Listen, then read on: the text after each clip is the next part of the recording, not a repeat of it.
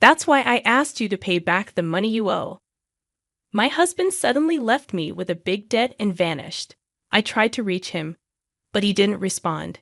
What should I do now? I can't afford to pay off such a huge debt on my own.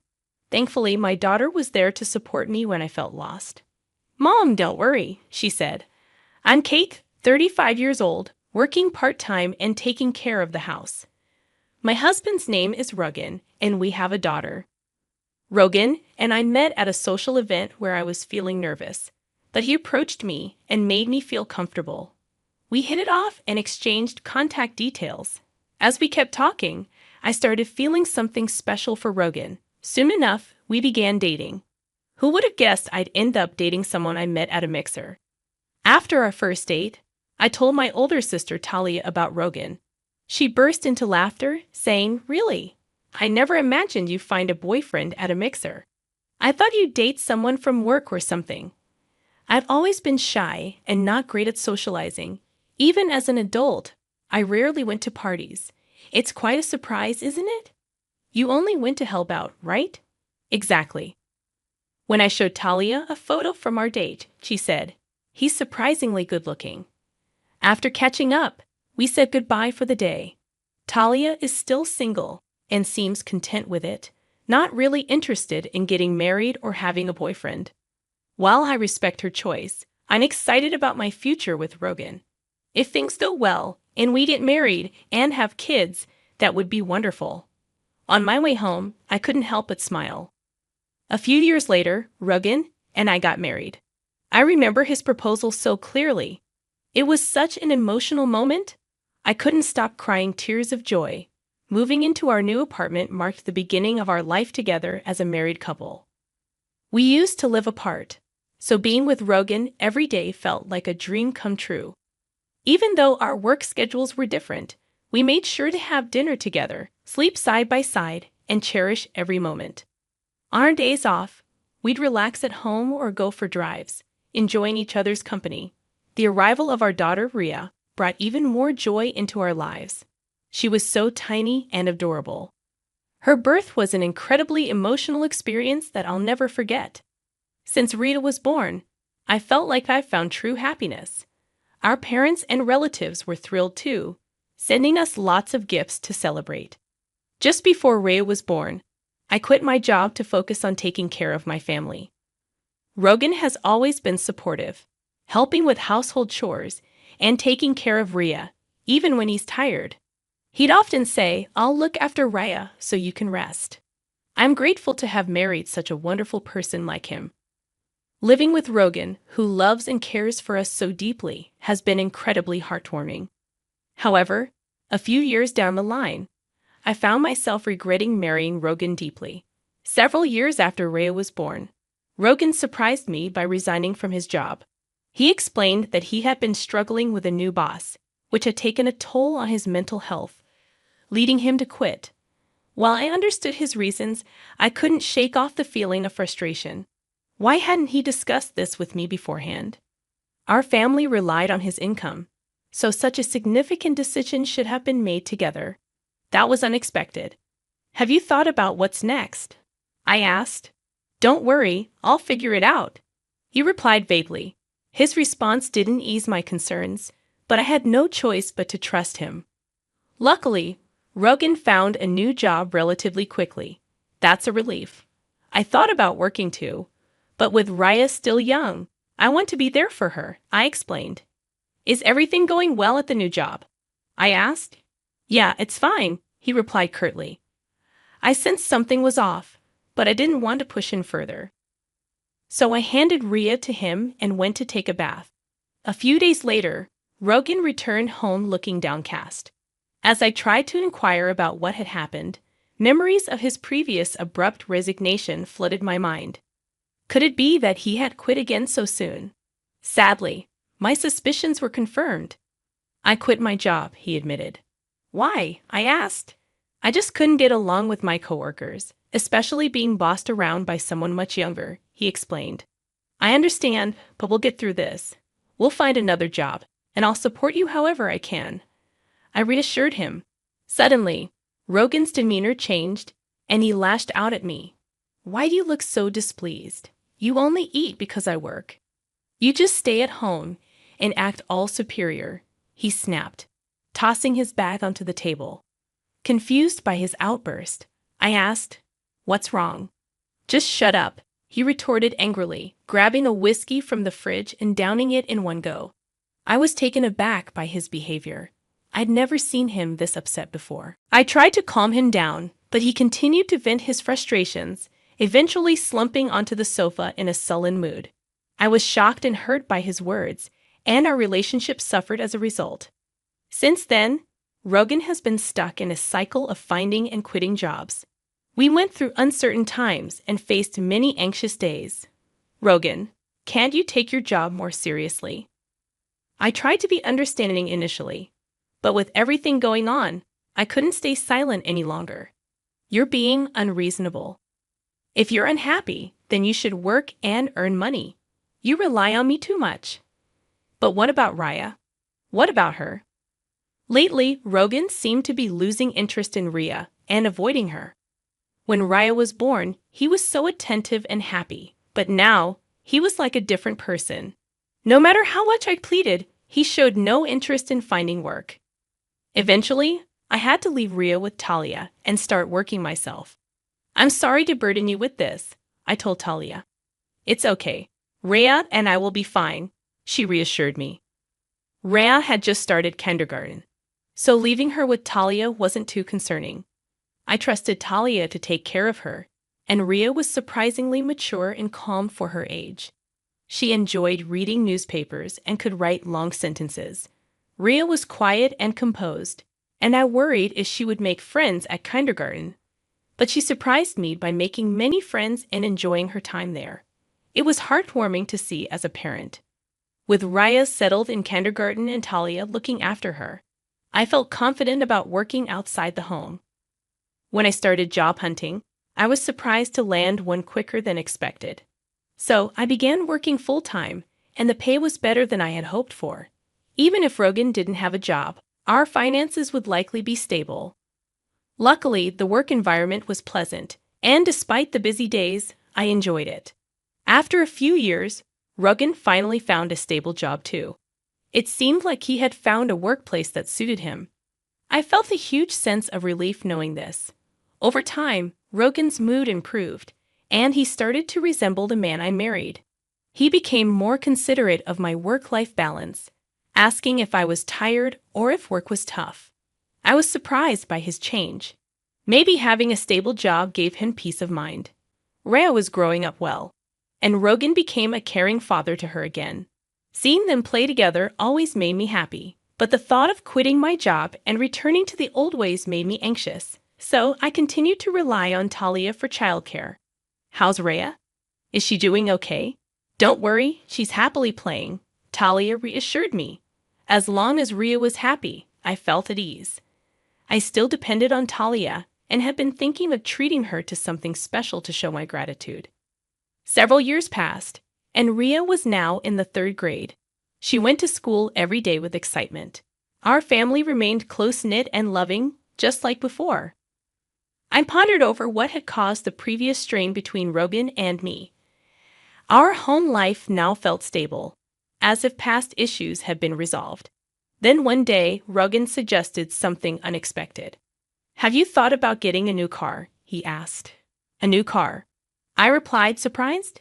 "Yes, our current one is reliable, but it's getting old. If it's becoming too costly to maintain," I agreed, realizing our car had been with us for a long time and repair expenses were mounting. "You might be right. Maybe it's time for a new one." "I thought you'd agree. I've already gathered some catalogs," he said. I didn't expect him to be so enthusiastic about it, but we began looking through the catalogs together. "Rhea, come here. Which car do you want to ride in? Let's choose together," Rogan called out to our daughter. The 3 of us enjoyed picking out a car together. Little did I know, this day would lead to unexpected events. A few months later, the new car arrived. It was a brand new model, costing over $155,000, and the loan was in my name. Normally, Rogan's name would be on such a loan, but given his job history, We feared rejection. I resolved to work even harder to pay off the loan, and I believed Rogan felt the same way. That's what I thought. But my hopes were crushed in an instant. Rogan stopped coming home, disappearing with the new car we had just bought. Did he get into some kind of trouble? What should I do? Just then, my phone rang. It was Rogan. Rogan, where are you? What's going on? I couldn't hide my concern. Relax, he said. You vanished out of nowhere, and the car is gone. Are you in trouble? I tried to explain how worried I had been, but Rogan laughed and dropped a bombshell. I found someone else. She's more important to me than you. What? What are you saying? I've fallen in love with someone else. I've already started the divorce process. Please don't interfere. Divorce? I can't believe this. I was stunned by the mention of divorce. But then I remembered a heated argument we had before. Filing for divorce meant we both agreed to end our marriage. I regretted letting my emotions get the best of me then. Oh, and I have a debt. You'll have to repay it, Rogan added casually. What? How much? Around $200,000. You'll handle the payments. With that, he hung up abruptly. I never imagined something like this could happen to me. Were all of his kind gestures just a facade? As these thoughts flooded my mind, I felt my strength drain away. Mom, what's wrong? Raya asked, rushing to my side with concern as I sank to the floor.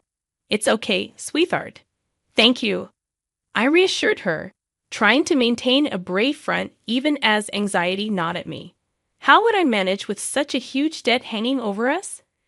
The thought of $200,000 weighed heavily on my mind. And then there was the car loan to worry about too. In a panic, I checked my bank balance, searching every nook and cranny for my ATM card, but it was nowhere to be found. Frantically, I checked my bank app on my phone and was horrified to see a significant decrease in my account balance, with no memory of making such withdrawals. Rogan was the only one who could have done this. I tried to reach him, but there was no response. It felt like my world was falling apart. With a blank mind, I resolved to focus on earning money. I decided to keep this burden a secret from Talia and Rhea to spare them unnecessary worry. Weeks later, I collapsed at work due to extreme stress and woke up in a hospital bed, bewildered. Where am I? I asked weakly. Talia entered the room with Raya, her expression full of concern. It turned out I needed to stay in the hospital for several days for further tests. What should I do? I fretted. Let's discuss Rogan once you're discharged, Talia suggested gently. Raya then confessed that she had overheard Rogan's phone call, surprising me with her knowledge of the situation. As I prepared to leave the hospital, I couldn't shake the feeling of apprehension, worried that Talia might reprimand me for letting Raya in on the truth. The next day, I underwent various tests, which revealed that my poor health was due to cancer. Thankfully, it was still in the early stages, and there was hope for recovery through surgery. Although the surgery was successful, returning to work immediately seemed out of the question. With no savings and medical bills mounting, I felt overwhelmed. During this difficult time, Talia and Rhea became my pillars of support. When Rhea explained the situation to Talia, she was even more outraged than I had expected. Talia tried to track down Rogan to make him repay the debt and cover the medical expenses, but his whereabouts remained unknown. What should we do if we can't find Rogan? I wondered aloud. Talia then suggested an idea. What about the car that's in your name? Rogan has it, right? Maybe we can try to get it back. Is that even possible? I asked, surprised. Talia explained further. I found out where Rogan is currently working. Surprisingly, he's at a different company inside the same building where I work. Although I usually work remotely, I've seen him there on occasion. With this information, we can make a plan. Then let's go to Rogan's workplace right away, I suggested, eager to confront him. But Talia advised against rushing into things. We need a solid plan, not just a spontaneous approach, she cautioned. Rhea and I have an idea, she continued. That's right, a plan? Raya confirmed, exchanging a smile with Talia. I couldn't quite grasp the significance of their demeanor. As I watched them silently, Rhea smiled reassuringly and said, "Don't worry, everything's taken care of." What kind of plan have they concocted? They didn't provide details, but everything became clear a month later while I was at Talia's house. Suddenly, a call came in. Glancing at the caller ID, I saw it was from Rogan. Initially, I ignored it, but it kept ringing persistently. Something must have gone wrong. Summoning my courage, I answered, and Rogan's frantic voice pleaded, "Please, help me. I'll explain later. Just come now. I'm in trouble, about to be arrested." He quickly shared his location and hung up. Talia and Rhea, who had overheard the conversation, finally unveiled their plan. "We reported the car as stolen. And it was Rhea's idea," Talia explained, beaming with pride. Rhea blushed and looked down, clearly grateful.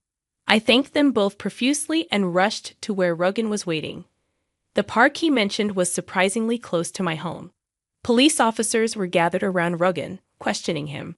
We hurried over to him. First, we explained the situation to the police officers and asked them to leave. Then, Rogan invited us into his car and began explaining what had happened.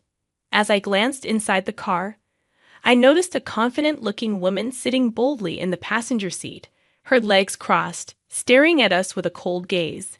"Thanks for coming, but why did the police show up?" Rogan asked, clearly perplexed. He had been surrounded and questioned by the police, yet he seemed unaware of their words. I was so shocked that I couldn't find the right words to respond. "I reported the car as stolen," I finally said. "After all, the car belongs to me. We're divorced, so there's no reason for you to be using my car. Reporting it stolen was the logical thing to do. You probably didn't expect to be accused of car theft." Rhea chimed in, addressing Rogan, who appeared shaken. "Dad, why did you leave us? Why won't you take responsibility for repaying the money? Explain yourself." Rogan sighed and looked at us with an exasperated expression, but he remained silent. "If you refuse to speak, I'll have to involve the police. Using my name without permission is a crime," I warned him sternly. At this, Rogan began to speak hesitantly, bit by bit.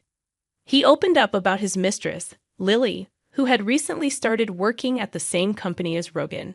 Their relationship began at a company welcome party and quickly turned romantic. Shockingly, Rogan discovered about 3 months ago that Lily was pregnant, evident from her growing stomach. "So you chose her over us and left?" I questioned, my tone sharp. Talia chimed in, interrupting Rogan's attempt to explain. She criticized his past actions, including his irresponsible behavior toward the family, frequent job changes, and quick temper. Rogan, seemingly lost in thought or simply ignoring Talia, remained silent, while Lily's irritation was evident. She pressed him about the $200,000 debt, but he stayed silent. Then Lily dropped a bombshell. He borrowed money in his wife's name to buy me luxury items. I was lucky. A $200,000 debt for gifts to Lily. What extravagances had he bought her? It was surprising how easily Lily revealed this information, considering it could incriminate them both if they were conspiring. As I pondered this, Rhea asked Lily about her pregnancy. "When are you due?" Lily replied, "In about 3 months." But the timeline didn't add up.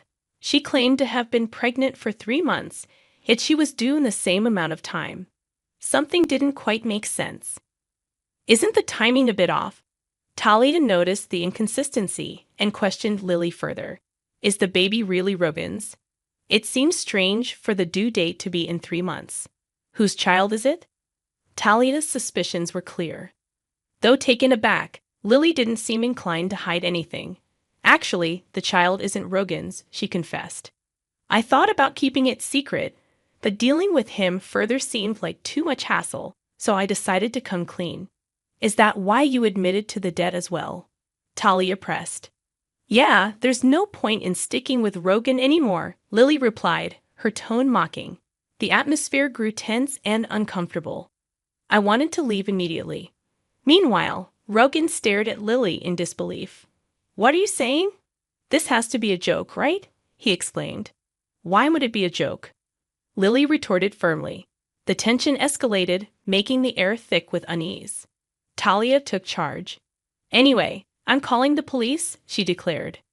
Rogan and Lily protested, but Talia reminded them that borrowing money in my name was a crime, as was using the car without permission, especially since Rogan and I were no longer together. She instructed me to make the call, and despite their pleas, I did. Soon, the sound of sirens filled the air. It was a relief to know that they would face the consequences of their actions. The issues regarding the debt and the car would finally be resolved. In the end, Rogan and Lily faced legal repercussions. While they avoided prison, they were held accountable for compensation, repaying the debt, and child support. Despite attempts to lessen their obligations through legal means, Rita's secret recording served as damning evidence, leading to their requests being denied. Rita decided to record the conversation after being inspired by a scene from a TV show she watched with Talia. While I admired her quick thinking, I couldn't help but wonder about the content of the shows Talia exposed her to. Now Ria and I reside with Talia without any commuting issues for Raya's school. As our previous residence was conveniently close, the car was returned safely, and it appears Rogan is somehow managing the debt. If Rogan hadn't made those regrettable decisions, he wouldn't be facing such hardships now. Throughout this ordeal, Talia and Ria have been instrumental, and thanks to them, the situation is gradually resolving. I am determined to work hard for a peaceful life with the two of them from now on.